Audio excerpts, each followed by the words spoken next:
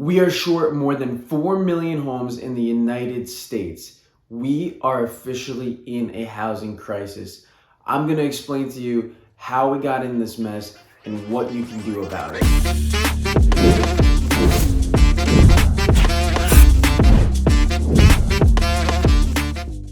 So if you're out in the market looking for a house right now, you know that it's really tough. There are not a lot of homes for sale, and the ones that are not even in the best condition. If there is a nice home that comes on the market, it goes like that. So why is that happening? Why are there no homes? Where did this problem start from? I'm gonna share with you some stats. It's a lot of different things, but mostly today, what's affecting this is something called the lock-in effect. So when I say lock-in effect, I'm talking about mortgage rates. Remember, when you buy a house, you get a mortgage either on a 15 to 30-year fixed term. And that mortgage rate is dictated by what's going on in the economy at the time. A few years ago, we had mortgage rates at around 3%. Some people even got it lower than that. Today, it's 6.5% to 7%. That's more than double. When the rates were really low, around 3%, a lot of people went out and bought homes, locked in a 30-year fixed at a low mortgage interest rate, and those that already had houses refinanced their mortgages so that they could take advantage of those low interest rates. Today, the people who are selling their homes are usually only people that need to for a job relocation or death, divorce. There needs to be some motivation for them to move because they're not going to trade their low 3% mortgage interest rate home and then trade it for a house that's now a lot more money with an interest rate that's around 7%.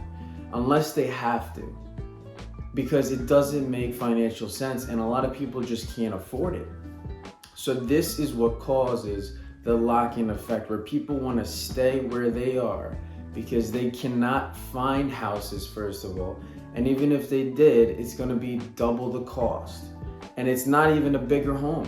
They're just basically moving from one house that's the same size and paying double, if not more. According to Redfin, almost 92% of homeowners in the United States have mortgage interest rates below 6%, and almost a quarter of Americans have an interest rate below 3%. That means that the majority of Americans have a rate that's lower than what it is currently today, around 7%. So why is that person going to sell their house to then trade into a more expensive home and mortgage? There's no reason. That's why we have low inventory. But that is why we have low inventory today. There already was an issue with inventory years ago that started from the Great Recession. That's where the problem really started. A lot of people are scared today, thinking we're gonna get back into 2008 and it's gonna be a whole financial mess. The reason we got into 2008 is very different, and the crisis was a different thing than it is today. Today we have no homes, low inventory, and a lot of demand, a lot of buyers. But in 2008, it was the opposite. We had a ton of inventory and not a lot of buyers. The reason we had so much inventory back then is because we had a flood of homes come on the market through foreclosure. There were a lot of people who couldn't make their mortgage payments all at the same time, and those homes went back to the bank and they went on the market. But there wasn't a lot of buyers because people were not confident in the housing market. So at the same time that happened, home builders stopped building. They got scared. So for many years, we didn't have new homes being built, and we had a lot of inventory in the market. This continued for 10 to 12 years until we hit 2020, and the COVID pandemic, as you know, caused supply chain issues, and also a lot of people started working from home. They needed more space. They wanted new homes. They wanted to get away from the cities. And so there was a lot of people buying homes. The demand increased, and yet there was still low inventory. After that, we are now here in this situation where we have low inventory still, a high demand, but mortgage rates have more than doubled because of the current economic crisis. So this is an accumulation of issues over many years. It's not just one thing. So if we don't have enough homes, why don't they just build more? Because it's not that simple.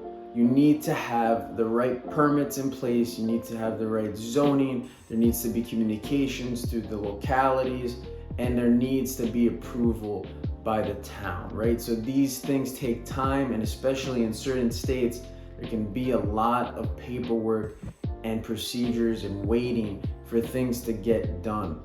And so we can't just start building like that, which is part of the problem as well. So if you're a home buyer right now, what do you do? What do you do about this problem? You're out looking for a house and you can't find anything. Should I buy now? Should I wait? The mortgage rates are high. Right now is a very difficult time to be a buyer. It is definitely still a seller's market. Just to give you an idea, 6 months of inventory is a healthy market.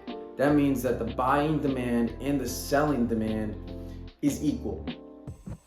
Right now, we have areas, specifically Connecticut and New York, where month supply in the market is about 1 to 2 months. That is a severe lack of inventory.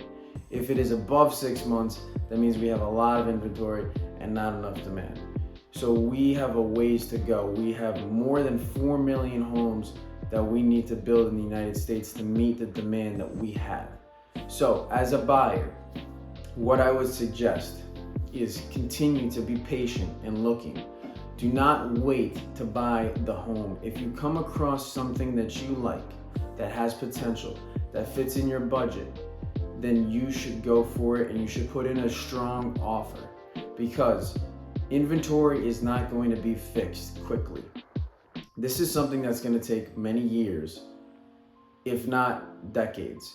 So I would suggest that you go in strong, put in a solid offer. Do not be afraid to put over asking. That is what's still happening in today's market. And make sure you secure that home that you want.